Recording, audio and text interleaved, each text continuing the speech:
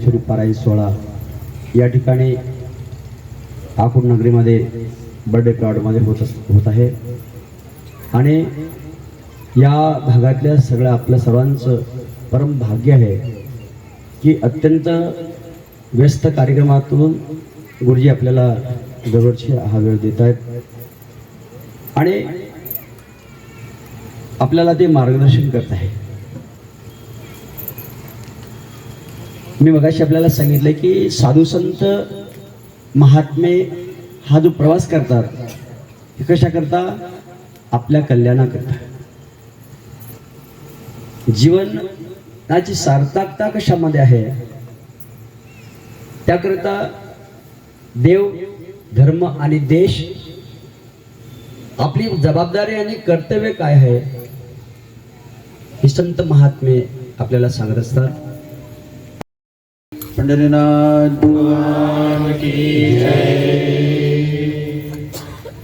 जय जय राम कृष्ण हरी, जय जय राम कृष्ण हरी, जय जय राम कृष्ण हरी, जय जय राम कृष्ण हरी, जय जय राम कृष्ण हरी, जय जय राम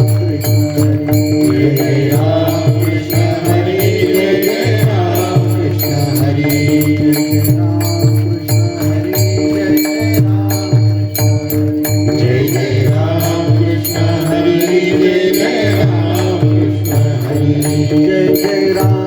कृष्ण हरी, जय जय राम जय जय राम कृष्ण हरी.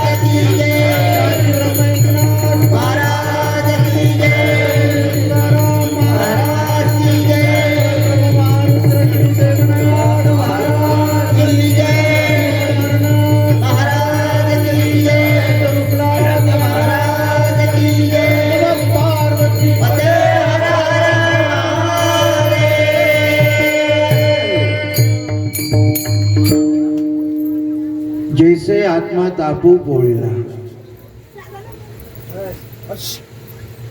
जिने संदेह निमाला, जिने तपू गेले पर्यंत पाला, मरणे तुझी. प्रत्येक गोष्टीला एक उष्णता द्यावी लागते, एक प्रक्रिया करावी लागते. समाज चांगला करायचा असेल तर त्याला वेळ द्यावा लागतो. गुण द्यायचे असतील तर संगती द्यावी लागते. संत सुद्धा दृष्टिपातेन संस्कृता, दृष्टिपाताने क्षणैक मात्रेन एका क्षणामध्ये तारू शकतात, पण ते तसं करत नाही सहसा. नाही तर काय, भगवान गोपालकृष्ण अर्जुनाला हाती घेऊन चल कामाला करू शकत नव्हते. कशासाठी 18 अध्याय सांगितले गीतेचे.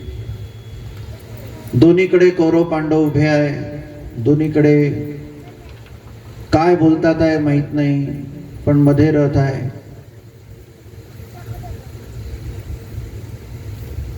पण अर्जुनाला तेवढा वेळ द्यावा लागला. अर्जुनालाही गोपालकृष्णांना तेवढा वेळ द्यावा लागला. समाज निर्माणाची, मनुष्य निर्माणाची, व्यक्ती निर्माणाची प्रक्रिया, सृष्टी निर्माणाची प्रक्रिया काय एकदम झाली काय? की ब्रह्मदेवानी त्याला सांगितलं की सृष्टीची निर्मिती कर. नदी नाले पहाड जमीन पशु पक्षी समस्त भूतमात्रांचं निर्माण कर. त्याला जगत पिता म्हटलाय, आपला बाप आहे तो. त्यांनी एकदम थोडी केलं. त्यांनी बोध विचारला, त्यांनी सत्संगतीचा बहाणा धुंडला आणि ज्ञानम परमगुह्यम मे यद विज्ञानम समन्वितम सरहस्यंत रंगंच गृहाणागरितम मया. त्यांनी प्रार्थना केली की ज्ञान विज्ञानाने संयुक्त असणारं समस्त तत्वज्ञान मला तू दे भगवंता.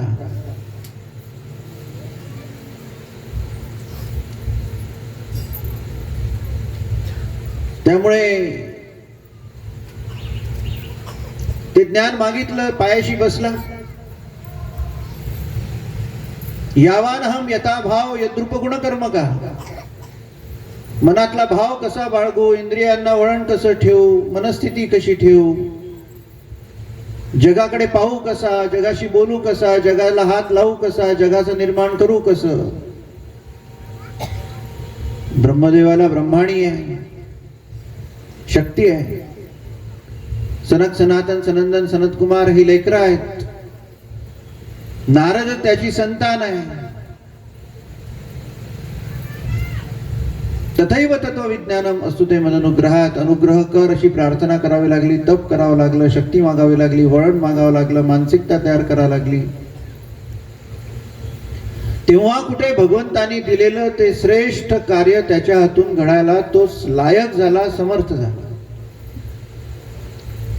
भगवंतानी सांगितलं की तू हे सगळं करणार आहे. मी तुझ्या सकलच 10 दिशांना, जेवढ्या दिशा व्याप्त असतील, दिशा नसतील, दिशा पोकळी असेल, वातावरण असेल, तिकडून मी तुला पाहणार आहे. अहमेवासमेवाग्रे नान्यद्य सदसत्परम पश्चादहम यवे तस्य यो अवशिष्येत सोस्म्यहम्. मी तुझ्या पश्चातही आहे, तुझ्या पुढेही आहे, वरती आहे, खाली आहे. नाही तर मी तुझ्या डोळ्यांनी जग पाहणार आहे, तुलाही पाहणार आहे, तुझ्या डोळ्यांनी जगही पाहणार आहे की तू कसा जग पाहतो.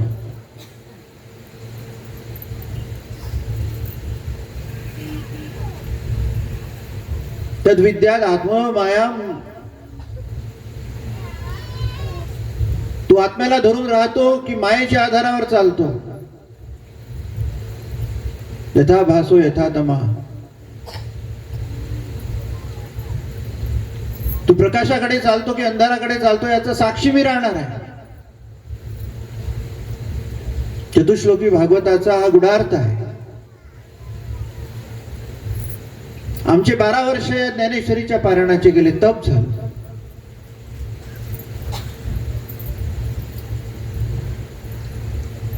ज्ञानेश्वर महामौलींनी साक्षात सत्संगती या सप्ताहाच्या द्वारे तुम्हा आम्हाला दिली. आम्ही त्यांच्या संगतीत राहिलो. ग्रंथराज ज्ञानेश्वरी हे माऊलीचं स्वरूप आहे. प्रत्येक ग्रंथ त्या ग्रंथकर्ता देवतेचं स्वरूप असतं. आणि यो वै अद्वैतो देवता, अद्वैतम देवता.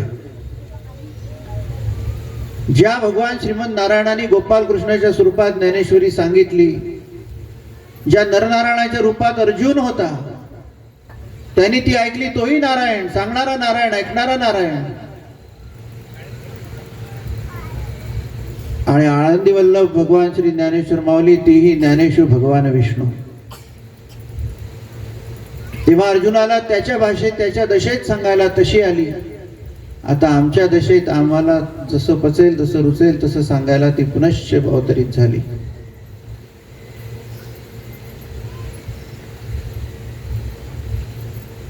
एका क्षणात अर्जुनालाही ज्ञान देऊ शकत होते, निर्माण करू शकत होते, तयार सिद्ध करू शकत होते. गोपालकृष्ण पण तसं केलं नाही,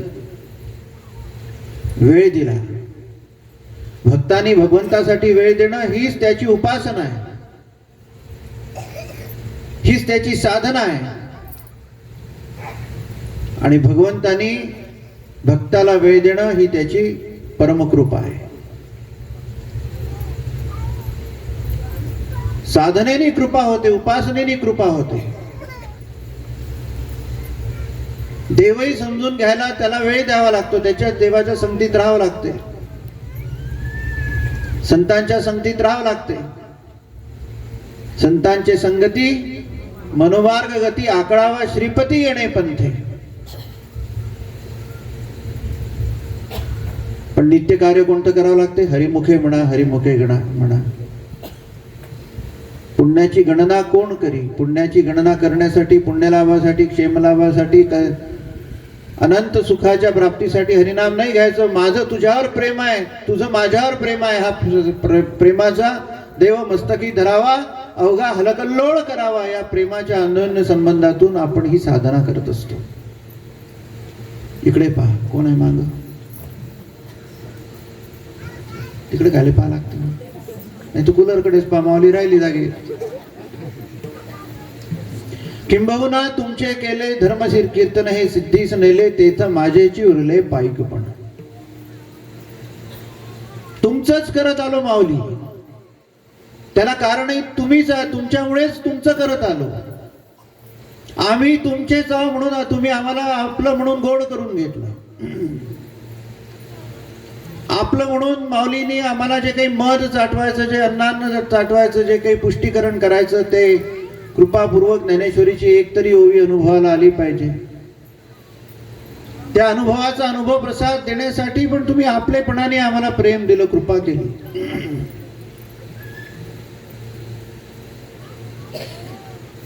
कधी कधी ज्ञानेश्वरी वाचता वाचता माणूस तल्लीन होऊन जातो. जेव्हा माणूस तल्लीन होतो त्यावेळेला तो अर्जुन असतो आणि माऊली तर माऊलीच असते, साक्षात कृष्ण स्वरूप आहे. अनेक ज्ञानेश्वरी वाचनकर्त्या भाविकांना अनुभव आहे की ज्ञानेश्वरीचं पारायण चालू केलं, जे नित्य पारायणात आहे त्यांचा अनुभव तर असा आहे, मारुतीच्या समोर काय सांगू, खोटं तर बोलू नाही शकत. प्रारंभिक अवस्था असते, मी ज्ञानेश्वरी वाचतोय, काय आहे पाहतोय, वाचतोय, लोक सांगतात ज्ञानेश्वरीचं पारायण मोठी गोड आहे. नंतर मी पारायण करतोय या भावात मनुष्य येतो. त्याचा अंतिम अनुभव असा असतो की माऊली बोलते आणि मी ऐकतोय. मधूनच असा अनुभव असतो की मला कळलं नाही माऊली, तू सांग हे म्हणजे काय आहे जे तू बोलते. तेव्हा कळेल अशा भाषेत ज्ञानेश्वरीतून, ओवी ओवीतून सुलभपणे पुनश्च माऊली बोलते आणि त्या ओवीचा अर्थ सहज लागून जातो. 27 वर्ष 50 वर्ष पारायण केल्यानंतर ओवी समजत नव्हती, 51 वर्षी अचानक समजण्यात आली की याचा अर्थ असा आहे. तेव्हा माऊली बोलते, कृपापूर्वक सोपं करून सांगते.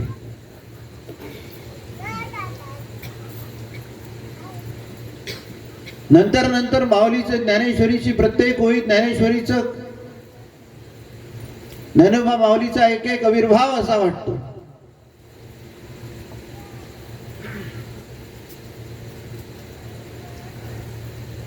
नंतर नंतर ज्ञानेश्वरी तर माऊलीच वाटायला लागते. ज्ञानेश्वरी डोळा दिसली तर इथे माऊली विराजमान आहे असा भाव निर्माण होतो आणि तसा अनुभव येतो. का म्हटलं गोपालकृष्णाने असं की उद्धवा चिंता करू नको, मी दिसो न दिसो तू श्रीमद भागवताकडे लक्ष दे, भागवताकडे पहा. तिरोधाय प्रविष्टोयम श्रीमद भागवतार्णवम, मी माझा देहरूपी अवतार समाप्त करून या भागवत ग्रंथात आता प्रवेश करतो आहे.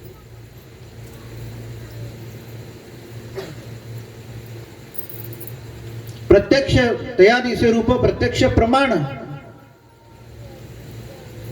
तिथे कुठलाही विकल्प संकल्पाचं द्वंद्व राहतच नाही. ही माऊली आणि तीच माऊली तुमच्या समोर 12 वर्ष राहिली, 12 वर्ष तुम्ही डोक्यावर घेतली, 12 वर्ष हृदयाशी कवटाळली, 12 वर्ष त्याच्याशी समरस झालात आणि त्याची तपपूर्ती आहे. यातल्या कित्येकांनी ज्या मनोभावे आत्मभावे ज्ञानेश्वरीचं पारायण केलं असेल, माऊली त्यांच्यावर अनंत कृपा करो, कोणा ना कोणा स्वरूपात त्यांना दर्शन देव.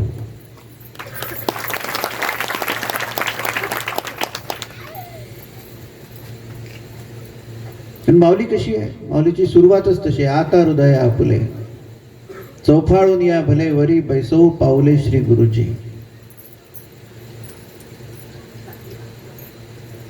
आणि श्री गुरु माऊली श्री गुरुच आहेत. माऊली माऊली आहे, माऊली नारायण आहे, माऊली गोपालकृष्ण आहे, माऊली आमची चराचराची स्वामिनी आहे. त्यामुळे श्रीमंती जी आहे ज्याला पाहिजे या भक्तिपंथामध्ये, ज्याच्या ओठी ज्ञानेश्वर माऊली ज्ञानेश्वरीची एक तरी ओवी असेल, वाचे बदता ज्ञानेश्वरी. ज्ञानेश्वरी हा शब्द जरी आमच्या मुखातून पडत असेल तरी आमच्या कल्याणाचा मार्ग हा मोकळा आणि साफ झाला. आम्हाला इतर गोष्टीची चिंता करायची गरजच नाही. कारण श्री गुरु सारिका असता पाठीराखा, इतरांचा लेखा कोण करी. राजयाची कांता काय भीक मागे मनाची अजोगे सिद्धी पावे. ही ताकद ज्ञानेश्वरीचा भाव ठेवणाऱ्या प्रत्येक भाविकाच्या जवळ निश्चित असते. कारण आमची माऊली आहेच तशी श्रीमंत. कधी कधी ज्ञानेश्वर माऊलीला प्रश्न पडतो की काय विचारावा. पहिल्यांदा ज्ञानेश्वरी वाचनाला बसलो होतो, लहान होतो. आमच्या वडिलांची ज्ञानेश्वरी मुखोद्गत होती. ते म्हणत ज्ञानेश्वरी वाच. हीच ओवीमध्ये तिथेच अडलो पहिले. आता हृदय आपुले चौफाळून या भले वरी बैसो पावले श्री गुरुची. म्हणजे म्हटलं बाबा म्हणजे काय हो? अरे म्हणे गुरुची पावला आपल्या हृदयात आहेत. सद्गुरू आपल्याला ज्ञानेश्वरी आता सांगतायत. ते आहेत, त्यांच्या पावलांना पहा, त्यांचं ध्यान कर. म्हटलं माझे श्री गुरु जे आहेत राहू दे ना, कोणी कुठे बसू दे. आणि माऊली हे वेगळे आहेत काय? ज्ञानेश्वर माऊली इतकी उदारा, श्री गुरु सद्गुरु राया उदारा धीमंता अशी आहे, इतकी निस्पृह आहे. तीच माऊली जी गीता सांगता सांगता ज्ञानेश्वरी मांडणारी, ज्ञानेश्वरीचं गुह्य ज्ञान, गोपनीय ज्ञान गीतेचं ज्ञानेश्वरीच्या स्वरूपात मांडणारी आमच्यासाठी सुलभतेने आली. श्रीहरी गोपालकृष्णाचं स्वरूप तेच माऊलीचं स्वरूप. आणि आळंदी वल्लभ समाधीस्थ ज्ञानेश्वरी माऊली, ज्ञानेश्वर माऊलीचं स्वरूप ते श्रीकृष्णाचं स्वरूप. यावेळेला हे स्वरूप. तेव्हा गीतेचं ज्ञान द्यायला अर्जुन सोपा वाटला. पण आता अर्जुनाच्या भाषेतलं ज्ञान तुम्हा आम्हाला द्यायला त्यांना कठीण वाटलं. मी काय म्हणतो, कुरुक्षेत्राच्या मैदानावर ज्या भाषेत भगवद्गीता सांगितली तेव्हा ते सांगणं श्रीहरीला सोपं वाटलं. ती गीता आमच्याजवळ उपलब्ध नाही का? आहे. परंतु त्याच गोपालकृष्णाला असं वाटलं की आता या या भाविक भोळ्यांना, भक्त हरीचे आम्ही सगळे लहान मोठे भाविक भोळे यांना तीच गीता सांगितली तर कळणार नाही म्हणून सोपी यांना कसं सांगू, यांना कठीण वाटेल, त्यामुळे सोपी करून सांगायसाठी त्या श्रीहरीला माऊलीच्या स्वरूपामध्ये आळंदीला यावं लागलं.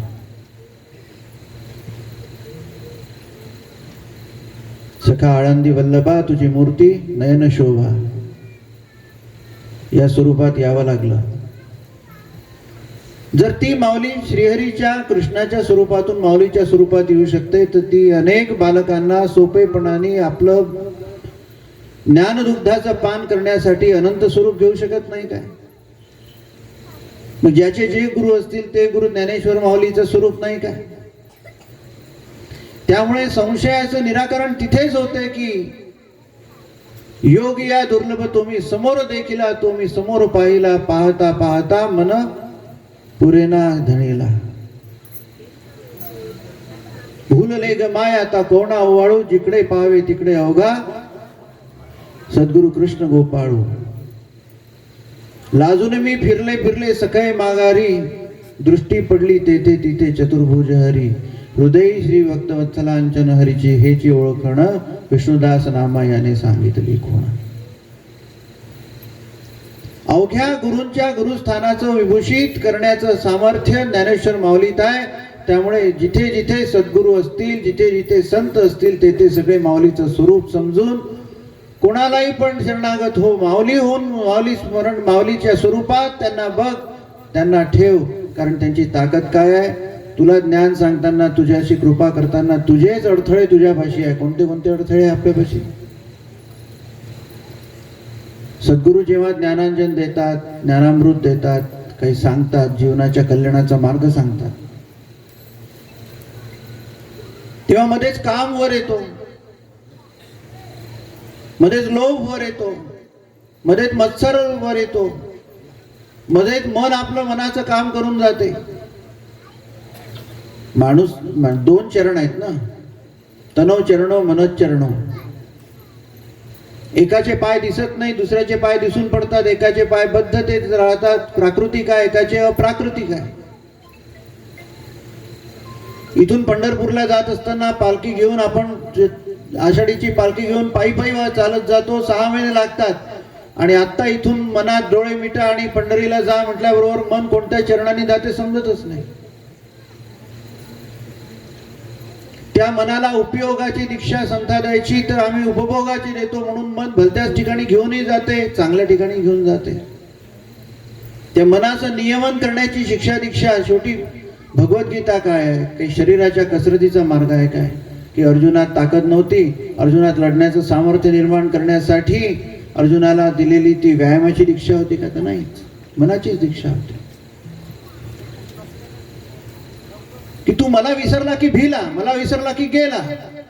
माझं विस्मरण झालं की तुला प्रपंचातही सुख नाही, आनंद नाही, यश नाही, परमार्थातही सुख नाही, आनंद नाही, यश नाही. तुझं प्राथमिक कार्य आहे की तू मला लक्षात ठेवून माझ्या कामासाठी तू जन्माला आलाय, माझंच काम करणार आहे, यावर दृढ श्रद्धा ठेव. अर्जुना एवढीच सांगते. तू वेदवीत जरी जाहला, माते नेणता वाया गेला, कणा सांडोनी उपणला कोंडा जैसा. तू किती मोठा हो, किती एकर शेती आहे, किती पिपे लावली, किती शिकला, किती नोकरी आहे, किती सोनं आहे, याच्याशी मला काही घेणं देणं नाही. किती ज्ञानी आहेस तू सकल सामर्थ्याचं सामर्थ्य म्हणून मला मानतो का? तू सकल ऐश्वर्याचा ऐश्वर्यवंत म्हणून मला समजतो का? माऊलीच्या प्रांगणात कोण गरीब राहू शकते? हे गरीब श्रीमंती भेद तुमच्या आमच्या सामान्य विचाराचे खेळ आहेत. ज्याच्या घरी राहायला जागा नाही, ज्याच्या घरी खायला अन्न नाही, तोही पण जेव्हा अनंत कोटी ब्रह्मांड नायक राजाधिराज योगीराजाचा होतो, माऊलीचा होतो, सद्गुरूचा होतो, त्यावेळेला तो भिकारी कसा राहील? तू वेदवीत जरी झाला, माते नेणता वाया गेला. सरळ शब्द आहे माऊलीचे. तू वाया गेला, दारू पिऊनच वाया जातो असं नाही, तंबाखू खाऊनच कॅन्सर होऊन वाया जातो असं नाही,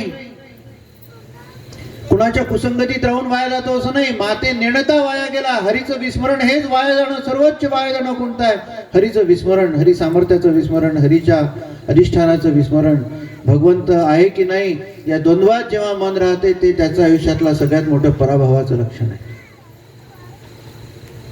गणा सांडोनी उपणीला कोंडा जैसा, तेच मनुष्याचं डोळे असून आंधळे पण आहे. डोळा खराब झाला तर ऑपरेशन करून चष्मा करून, नाही तर डोळा काढून दुसरा डोळा पण लावण्याची ताकद डॉक्टर मध्ये आहे. पण सद्गुरूंचा डोळा, ते डोळा असो की नसो, सूरदास आंधळा जरी असेल तरी दृष्टी अशी प्रदान करतात, त्या दृष्टीच्या द्वारे भगवान श्रीहरीचे दर्शन सहज सुलभतेने आपोआप होतं.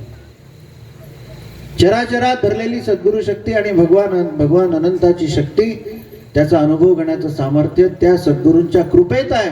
म्हणून आता हृदय आपुले चौफाळुनिया भले. चौफाळुनिया म्हणजे काय? चौफाळामध्ये 4 आहे.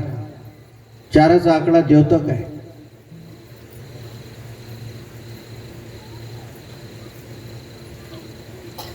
चारी मुक्तीचा प्रदाता, चौदेहाचा मामला, स्थूल सूक्ष्म कारण महाकारण, हे चारही पण देह चौदेह जे आहेत ते संदेहाचं निरसन करत करत महाकारण म्हणजे अनंताशी एकरूप करायला. जसं रॉकेट वर जायचं असेल तर पहिले एक भाग सुटतो रॉकेटचा, मग ते वर जाते. तुम्ही पाहिलं ना चंद्रावर रॉकेट जाते, ते एक भाग सोडतो मग दुसरा भाग सोडतो. हिमालयाच्या शिखरावर जर जायचं असेल सर्वोच्च उंचीवर, तर माणसाची गत काय होते? अंगा खांद्यावरच्या पिशव्या गळ्या इथपर्यंत आलो. आता हलके पण पाहिजे म्हणून पाण्याची बाटली किंवा एखादी पिशवी सोडली, मग दुसऱ्यांदा आणखीन दुसरं वजन सोडलं, तिसऱ्यांदा आणखीन वजन सोडलं, आता फक्त पाण्याची बाटली उरली. आता त्याचंही वजन वाटायला लागलं, तीही टाकली, तेव्हा मी हलकेपणाने जाऊ शकतो. ज्याच्यावर कृपा आहे तो तर सदैव जाऊ शकतो, ज्याच्यावर कृपा नाही झाली त्याला देहाचंही वजन वाटायला लागते, आता मी चालू शकत नाही, ही गत होते. तसंच वैकुंठाच्या भगवान श्रीहरीचं शिखर गाठायचं असेल तर काम जड होतो, क्रोध जड होतो, लोभ जड होतो, मद जड होतो, मत्सर जड होतो, इंद्रियाच्या वृत्ती जड होतात. त्या एक एक सोडल्याशिवाय हलके पण येत नाही आणि वैकुंठाचा दरवाजा काही प्राप्त होत नाही. काय जोडायचं आहे ज्याने हलके पण येईल आणि वैकुंठाची पायरी आम्हाला जवळ येईल, आणि काय कशाने जडत्व येते ज्याने आम्ही तिथपर्यंत पोहोचू शकत नाही, त्याचा सारासार विचार करण्याचा सम्यक विवेकाचा भाव किंवा विचार देणारी सद्गुरु माऊली समर्थ आहे. म्हणून तिचं अधिष्ठान आता हृदय आपुले चौफाळुनिया भले, वरी बैसऊ पाऊले श्री गुरुजी. गुरु यासाठी आवश्यक आहे. कारण काय? माऊली म्हणते विषय व्याळे मिठी. विषय म्हणजे काय? विषय वासना म्हणजे फक्त विषय नाही आहे. सामान्य भाषेत फिजिक्स, केमिस्ट्री, बायोलॉजी, जागृती, भूगोल, मराठी, इंग्लिश हे पण विषयच आहे. भौतिक दृष्टीशी जखडून ठेवणारं प्रत्येक ज्ञान, प्रत्येक विषय हा विषयच आहे. अमृत म्हणजे श्रीहरीचं नाम, अमृत म्हणजे सद्गुरूचं स्वरूप, सद्गुरूचं ध्यान, अमृत म्हणजे सद्गुरूचं नाम. त्याला सोडून सगळं विष निर्माण करणारं विषयच आहे. ते मारते, ते दूर ठेवते आणि अमृत तारते. म्हणून अमृत तारक मंत्र प्रत्येक ओवीतून अमृतानुभव कौमुदीतून आम्हाला मिळाला. अमृतानुभव म्हणजे सिद्ध ज्ञानेश्वरीचं मोकळं, चाकळं, पवित्र आणि कल्याणकारी असं भगवंताचं साक्षात बोध स्वरूप आहे. ज्ञानस्वरूपम निजबोध रूपम योगींद्र विद्यम भवरोग वैद्यम. सकल विषयांचं विष उतरवून टाकणारी ती महाऔषधी प्रदान करणारा भवरोग वैदून श्री सद्गुरू नित्य महम नमामि. श्री सद्गुरुदेव भगवान की. ज्ञानेश्वर माऊलीचं ते स्वरूप आहे, सर्वव्याप्त अशी माऊली. संत सद्गुरु विभूती, कुठलाही भगवंताचा अंशवान म्हणून राहणारा, कुठलाही कल्याण करणारा आत्मा या भूतलावर असेल तो सगळा ज्ञानेश्वर माऊलीचं स्वरूप आहे. म्हणून आता हृदय आपुले चौफाळुनिया भले, वरी पैसो पाऊले श्री गुरुची. कारण माऊलींना माहिती आहे की तुमच्या आमच्या समस्त जीवनाला वेटोळे घालून बसणारा जो भुजंग आहे, विषय व्याळे मिठी, विषय व्याळ विकराल भयंकर अहंता ही नांदे, मानिन मम ओझे नाथ जे मानिन मम ओझे. देवनाथ महाराज म्हणतात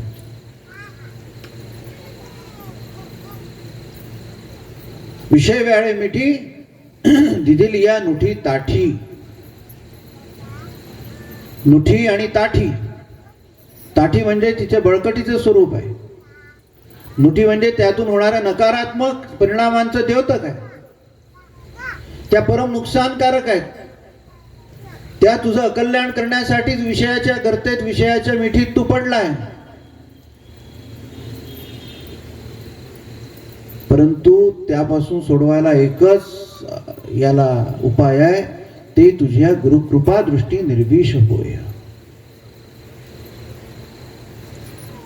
डॉक्टर आपल्यातलं इन्फेक्शन झालं तर गोळ्या औषध सलाईन औषध देऊन पूर्ण नाहीसं करतात. थोडंही राहिलं तर पुन्हा ते पकडते, तेव्हा सुट्टी देतात.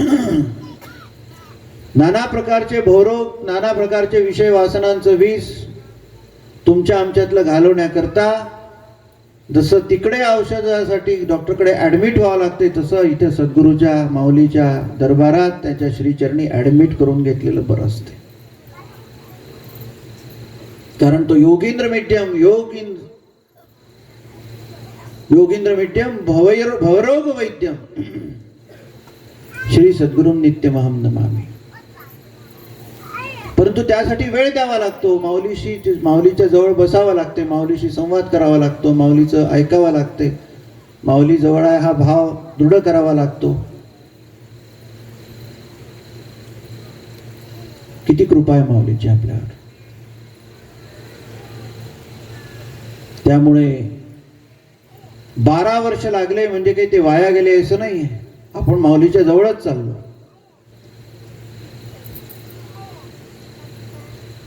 माऊली तुमच्या आमच्याकडून काय करून घेईल सांगता येत नाही, पण त्या करून घेण्यासाठी आपली सिद्धता महत्वाची आहे. ती 12 वर्षात निश्चित होऊन राहिली,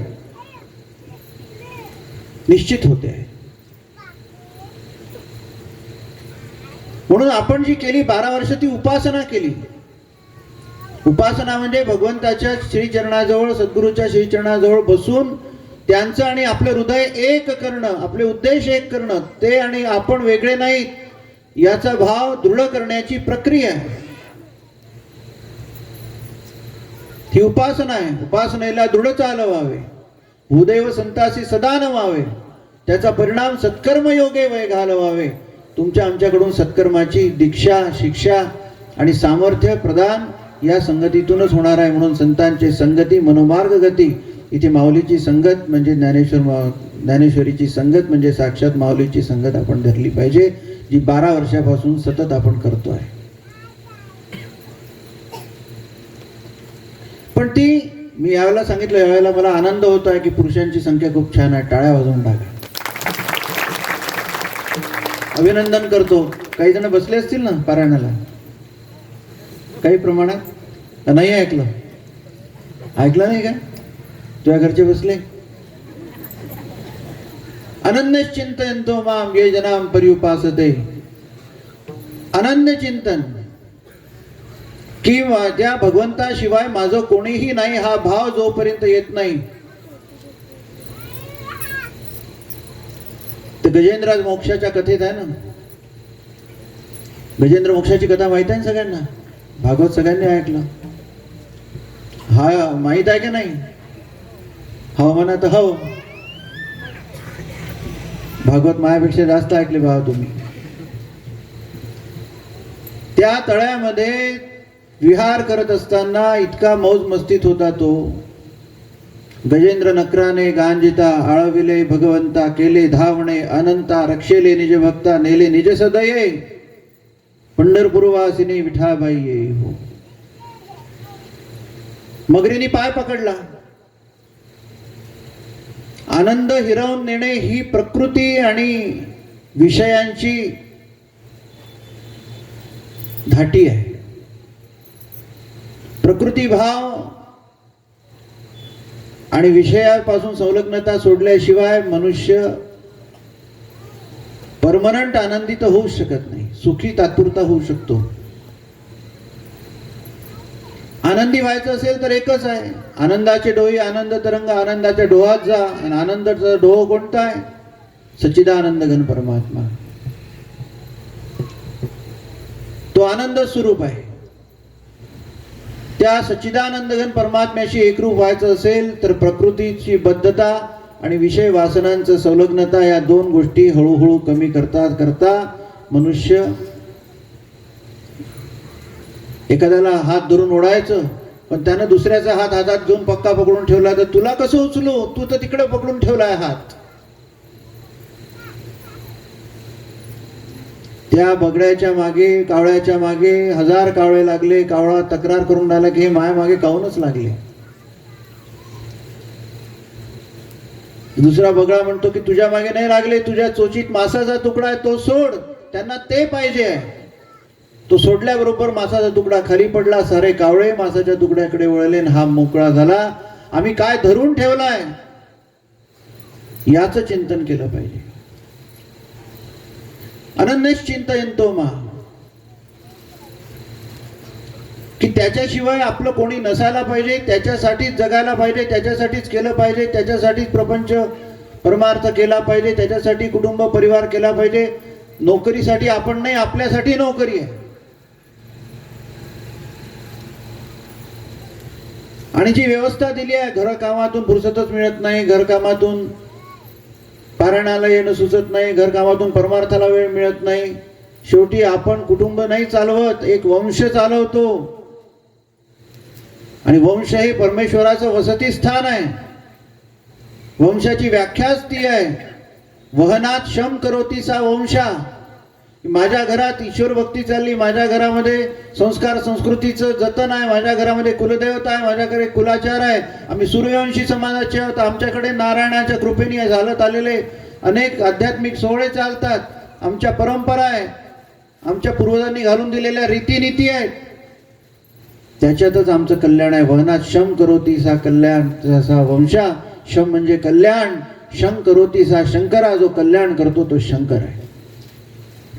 म्हणून वैष्णव धर्मामध्ये हरिश्चंते करिष्यती असा जयघोष आहे. श्रीहरीच सगळ्यांचं कल्याण करू शकतात. आणि म्हणून आमच्या वंशात, आमच्या घराण्यात, आमच्या परिवारात श्रीहरीचं अधिष्ठान राहिलं पाहिजे, याची धडपड करत राहणं, तोच वंश आणि कुटुंबातला परमार्थ आहे. आमच्या घरात पारायण करते राहिले पाहिजे, आमच्या घरात पूजन करते राहिले पाहिजे, आमच्या घरात धर्म कारण करणारे, धर्मासाठी झटणारे आत्मे जन्माला येत राहिले पाहिजे. देशासाठी झटणारे, देशासाठी लढणारे संत, सैनिक, समाजपुरुष, क्रांतिकारक सगळे येत राहिले पाहिजे. यासाठी वंश चालवणे, कुटुंब चालवणे, यासाठीच परमार्थ घरात असावा लागतो. घरात अर्जुन निपजला पाहिजे. सत्य धर्माच्या रक्षणासाठी बलिदानी मानसिकतेने घर चाललं पाहिजे. ते देवाचं घर समजल्या जाते. यासाठी भगवद्गीतेचं स्वरूप ज्ञानेश्वर माऊलीचं, की ज्यामध्ये तुमच्या आमच्या कल्याणाकरता कळवळून पसायदान माऊलीने मागितलं आहे.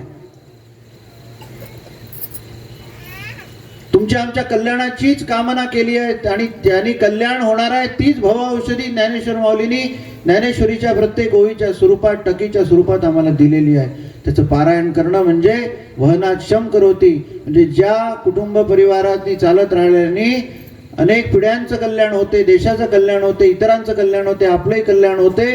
अशी कल्याणाची परिभाषा समजावून सांगितली आहे भगवद्गीतेत अर्जुनाला गोपालकृष्णांनी. तीच परिभाषा आम्हाला ज्ञानेश्वरीतून समजून घ्यायची आहे.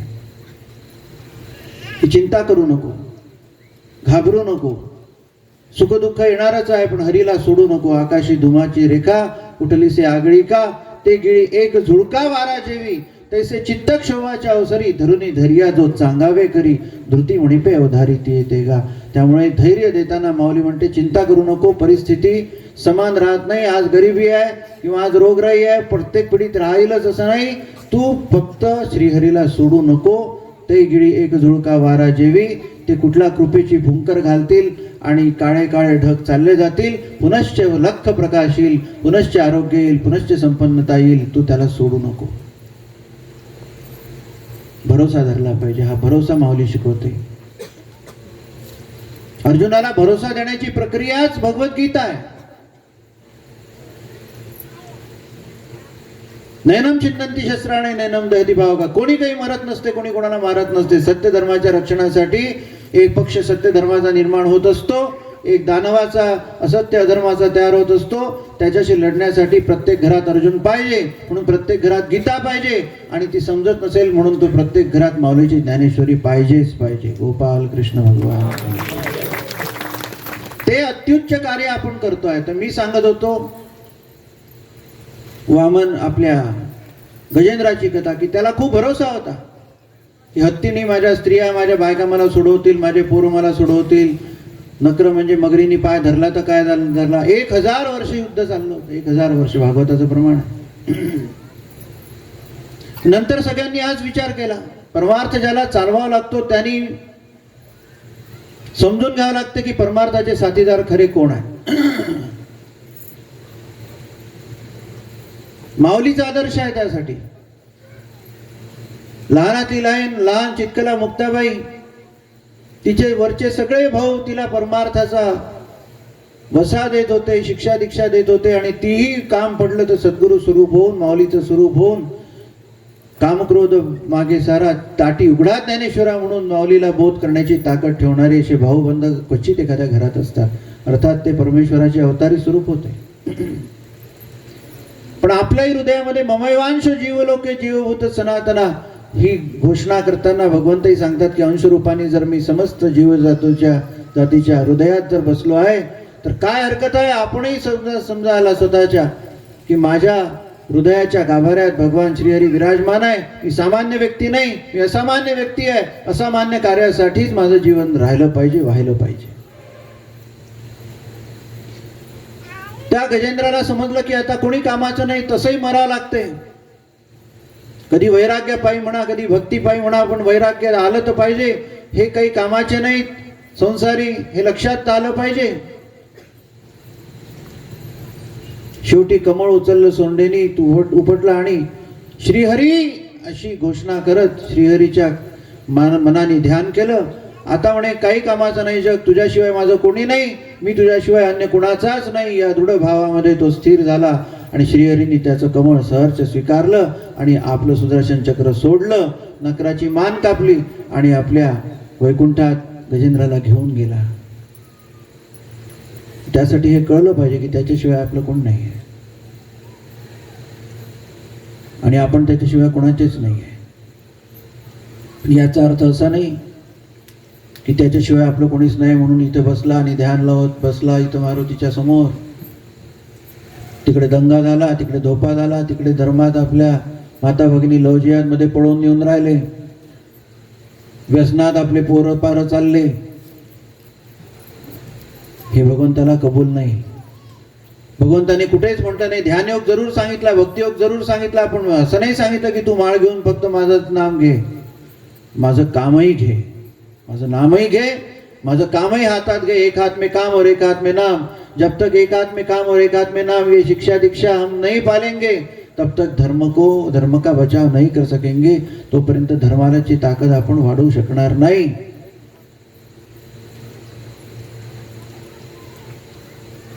हनुमंताच्या चरित्रातली एक गोष्ट आहे. हनुमंताला रोज स्नान झालं की संध्या करा. केशवाय मा, नारायणान मा, माधवान मा, गोविंदान मा. तर हनुमंत बा इतकं सगळं राम कार्य करत करत असताना भक्ती कधी करतात, नियम केव्हा पालन करतात, याची लपून त्यांची दैनंदिनी पाहण्याची चेष्टा 2 वानरांनी केली. सुग्रीव म्हणे जाऊन पहा कसा करतो तो. तर सगळे दक्षिण भारतामध्ये रामेश्वराच्या त्या प्रांगणामध्ये सगळे होते. सगळे चिंतेत होते आता सीतामाईला सोडवायसाठी आणण्यासाठी जायचं, कोण समुद्र उल्लंघन करू शकते. कोणाचे हातपाय गळले, कोणाला अशक्य वाटत होतं. पहाटे पहाटे पाहायला गेले तर हनुमंत, त्यांची स्नानाची वेळ झाली तर बरोबर गेले डुबकी मारायला समुद्रामध्ये आणि समुद्राच्या पाण्यावरच मांडी घालून बसले. आणि हनुमंताला तो समुद्र उल्लंघन करतो हे माहिती आहे बा, पण पाण्यावर तरंगू शकतो हे नाही माहिती. मांडी घालून एखादं वानर बसते बा समुद्राच्या लाटांवर. तिथेच आंधोळी घेतली, केशवायनमा नारायणमा माधवायनमा, तिकडेच सूर्यनारायणाकडे पाहिलं, त्याच्यातच अर्घ्य टाकलं आणि त्याच पाण्यावरून चालत चालत पुनश्च हनुमंत आपल्या वाळूवर आले. सगळ्यांना आश्चर्य वाटलं की वा हनुमंताकडे ही ताकद आली कशी. सुग्रीव हनुमंताला विचारतात, हनुमंता ही ताकद तुझ्यात आली कशी. ते म्हणे ताकद कोणती आली मला माहिती नाही, मला भानही नाही मी केव्हा चालत गेलो. मला फक्त एवढं स्नान संध्या करून सीतामाईच्या शोधासाठी काय करू शकतो याच चिंतेत मी आहे. त्या चिंतेतच राम राम करत करत मी कसा पायी गेलो, कसा बसलो, कसा मांडी घातली मला नाही माहिती. परमेश्वर म्हणे मला एवढंच समजते की राम काज करिबे को आतुर ही स्थिती जेव्हा होते त्यावेळेला राम त्या सकल कार्याची सिद्धता, बिकट कार्याची सिद्धता त्याची सहजता करून देतो आणि त्यातून चमत्कार घडत राहतात. फक्त मनुष्य देव कार्यासाठी मी आहे याचा भाव दृढ करून आपल्या जीवनात अनन्यश्चिंतयन्तो मां ये जनां पर्युपासते तेषां नित्याभियुक्तानां योगक्षेमं वहाम्यहम्. म्हणून भगवंत जर अभियुक्त म्हणजे जोडलेला म्हणजे आपल्या प्रपंचाचा घटक करायचा असेल, ज्याच्यातून कर्ता पुरुष, कर्ता भगवंत, करती सद्गुरु माऊली म्हणून त्याचा अनुभव घ्यायचा असेल तर योगक्षेम चालवते याचा अनुभव घ्यायचा असेल. योगक्षेम म्हणजे प्रपंच नाही, त्याच्याशिवाय माझं कोणी नाही हे अनन्य भाव हाच आहे की त्याच्याशिवाय अन्य माझं कोणीच नाही. हा भाव धरावा लागेल आपल्याला. तसंही तरुण्यामध्ये कपडे घातले, मार्केटमध्ये गेलो, जम्मू काश्मीर फिरायला गेलो, लग्न केलं, पोरबाळ झाले, गाड्या घोड्या घेतल्या, सगळं आहे. पण माणसाची कशी असते स्थिती माहिती आहे. लहानपणी पावडर, कुंकू, टिळा छान पैकी. मी तर लहान लेकराचे पापे घेत असतो रे बा, कारण त्याच्या पावडरचा वास मला खूप आवडते. त्याचे गाल गोबरे सारे गोपालकृष्णासारखेच दिसतात. मग तरुण झाल्यानंतर स्प्रे, थोडस प्रौढ झालं की आयोडेक्स, त्याचे वास सुरू होतात, स्प्रे बाजूला जाते. जीवनाचा रस्ता कसा आहे. पहिले पावडर, कुंकू, टिळा, लहान लेकरं, नंतर तरुणपणामध्ये स्नो पावडर येतात, त्याच्यानंतर नाना प्रकारचे सेंट लावतो माणूस. मग हळूच 45-50 वर्ष झाले, घुटणा दुखते, मग आयोडेक्सचे वास खोलीत सुरू होतात. आणि जेव्हा 80-90 वर्षाचा खाटल्यावर असते तेव्हा कशाचे वास असतील सांगता येत. शेवटी हा प्रापंचिक रस्ता असाच आहे. मला बरोबर आहे की नाही.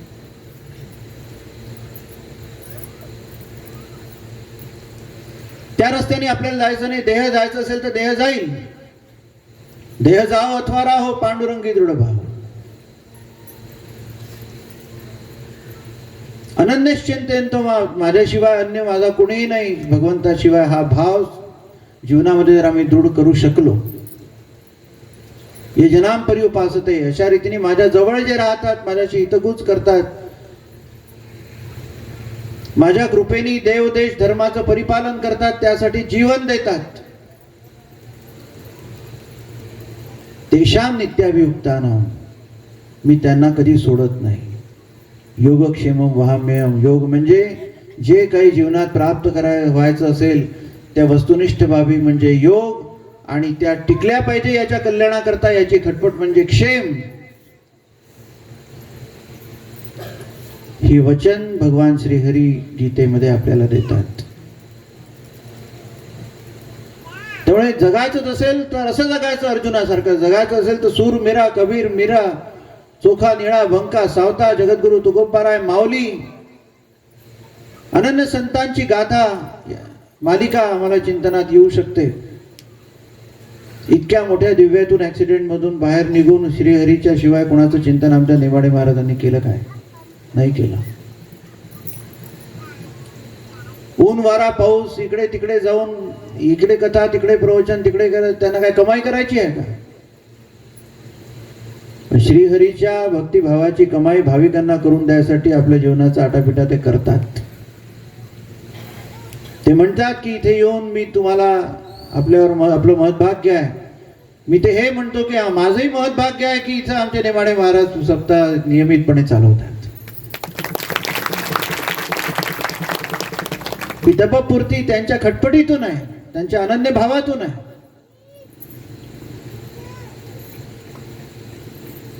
हे स्वरूप, हे जीवन त्या जीवनाचं मागणं सद्गुरू माऊलीकडे आमचं असलं पाहिजे. आणि पाईक म्हणून भगवंताचं राहणं सगळ्यात मोठं. पाईक म्हणजे पायाला धरून तू नेशील तिथे जाईन, तू चालवशील तसा चालेल, तू बोलवशील तसा बोलेल, तू करवशील तसा करेल. स्वतःच्या स्वाधीन असण्यापेक्षा भगवंताच्या आणि संतांच्या अधीन होणं कधी कल्याणकारी आहे.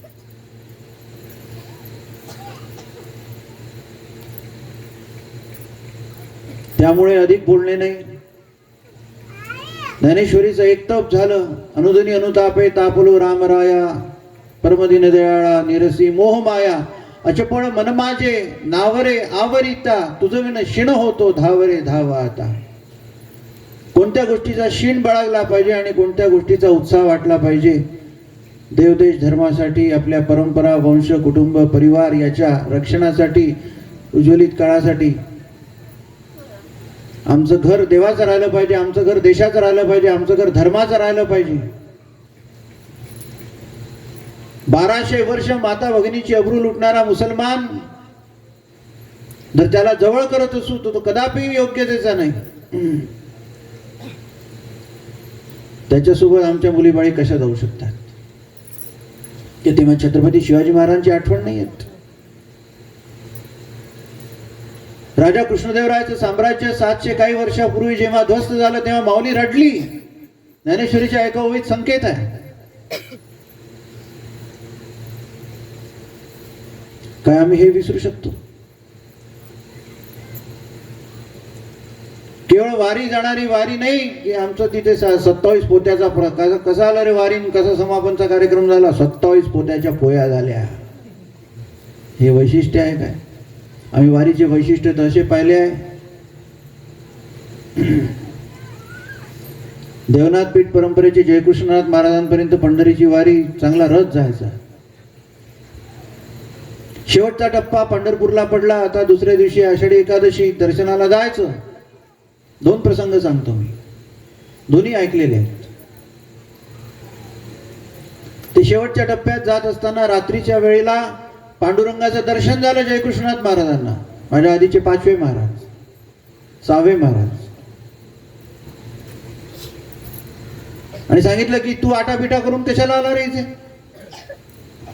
जयकृष्णनाथ महाराजांना विचारलं. म्हणे परिपाठी आहे, नाथांची परंपरा आहे. जरी गुरु शिष्य परंपरा असली, पैठणवरून वंश परंपरा चालते, तरी परिपाठी तर आहेच. आलो म्हणजे 3 महिने यायला, 3 महिने जायला, 6 महिने असेच करशील तर देश कार्य कधी करशील? धर्म कार्य कधी करशील? ज्या करता परंपरा आहे त्या करता चालायचं असेल तर हे नाही चालायचं. तुला वाटेल तर चतुर्मास्यात मी अंजनगावच्या मठात वास्तवायला येत जाईल. तेव्हापासून शेज लागायला लागली चतुर्मासाची.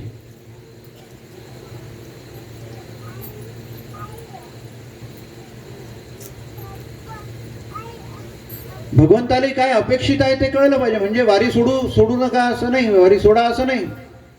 वारीचे परिणामही असे आहेत की आम्हाला वारीच्या शिक्षा दीक्षेतून, त्या परंपरेतून अनंत संतांची मांदियाळी प्राप्त होते आहे. हे आमचं सुखवैभव आहे महाराष्ट्राचं, की ज्या प्रत्येक गावागावात आज कीर्तनकार, प्रवचनकार, संत धर्माचं उत्थान करतात आहे, धर्माला बळकटी देतात आहे.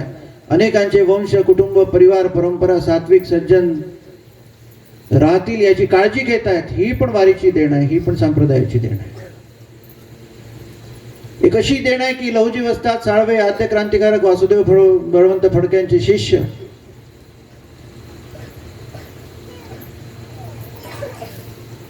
वारीमध्ये माता पिता चालले होते. ब्रिटिशांचे हल्ले व्हायचे तेव्हा, की वारीतून आता लाखो लोक जमतात पंढरीच्या वाळवंटात. उठाव झाला तर काय करायचं? वारीची संख्या कमी करा, अडवा अडथळे निर्माण करा. हे ब्रिटिशांच्या 150 वर्षाच्या कालखंडात झालं का? असेच दंडे घेऊन पोलीस घुसले. तेव्हा लहुजी वस्ताद साळवेंच्या हातामध्ये 13 वर्षाचं लहान लेकरू हातामध्ये ध्वज पताका दिली आणि सांगितलं, आमचं काही होगड्या बाळाता ही पताका ने पंढरीच्या पांडुरंगाच्या पायाशी ठेव आणि त्यांना सांग की या गुलामगिरीतून आम्हाला बाहेर काढ, ब्रिटिशांना या देशातून पळवून लाव. याकरता देवदेश धर्माच्या रक्षणाकरता आम्हाला ताकद दे, अशी मागणी पांडुरंगाच्या चरणी कर. ते बालक धावत सुटलं. केवळ महाप्रसादा करता हे सोळे नाही करायचे. ते बालक धावत सुटलं आणि बालक धावत सुटलं, पंढरीच्या दुसऱ्याच कुठल्या तरी वारीमध्ये सामील झालं आणि पंढरीच्या पांडुरंगाच्या पायाशी जाऊन आईबाबांचा निरोप घेऊन आलोय असं सांगितलं आणि ती ध्वजा पताका पांडुरंगाच्या चरणी ठेवली. तेच लहुजी वस्ताद साळवे त्यांनी पंढरीच्या पांडुरंगाचा दृष्टांत झाला का, आशीर्वाद झाला का काय माहिती, जे झालं असेल, पण तिथून आल्यानंतर छोट्या छोट्या मोहल्ल्यामध्ये व्यायामशाळा काढल्या, राष्ट्रभक्तीची शिक्षा दीक्षा दिली आणि त्या शिक्षेतून त्यांचा पहिला शिष्य वासुदेव बळवंत फडके आद्य क्रांतिकारक म्हणून जन्माला आला. वारकऱ्याचा सुपुत्र होता. यातून घ्यायचं धर्मासाठी, देशासाठी, देवासाठी. म्हणून आपलं 12 वर्षाचं तर वाया जाणारच नाही, कारण माऊली तसं होऊ देत नाही. त्यातून करेल ते योग्यच करेल. सामर्थ्य आहे चळवळीचे, जो जे करील तयाचे, परंतु तेथे देवाचे अधिष्ठान पाहिजे. ते माऊलीचं अधिष्ठान आम्हाला प्राप्त आहे. त्या अधिष्ठानाने आज आपण बर्डे प्लॉट आणि अकोटमधून आलेले अनेक परिवार व्यसनांचा त्याग करू. तंबाखूची पुडी असेल, दारूचा शौक असेल तर तो टाकून द्या. या 12व्या कथा आमच्या काय म्हणतात ज्ञानेश्वरी पारायणाच्या यज्ञ सोहळ्यामध्ये, यज्ञामध्ये जसे लाकूड टाकतात, समिधा टाकतात, तसं एक एक व्यसन टाकून द्या. रोज विष्णू सहस्त्रनाम हरिपाठ घरी आम्ही म्हणू, याचा संकल्प करा. जितक्या ताकदीने महिला वर्ग, मातृवर्ग पारायणाला बसतो, तितक्या संख्येत पुरुष बसला पाहिजे, याचा संकल्प करा. देव देश धर्मासाठी जीवनाचं आणि आमच्या घराचं समर्पण असेल याची सिद्धता करा. एवढं जरी आपण मिळवलं ज्ञानेश्वरीच्या पारायणातून तरी माऊलीची कृपा होईल. त्या कृपेचा अनन्य प्रसाद त्यांच्या श्रीचरणी मागूया आणि या ठिकाणी थांबूया. कुंडली गवरदा हरी विठ्ठल श्री ज्ञानदेव माऊली ज्ञानेश्वर महाराज, शांती ब्रह्म एकनाथ महाराज की, जगद्गुरु तुकाराम महाराज, परब्रह्म महारुद्र श्री देवनाथ महाराज की, भगवान सद्गुरु मनोहरनाथ महाराज की जय, सद्गुरु श्री रूपलाल महाराज की जय. नमः पार्वती पते हर हर महादेव.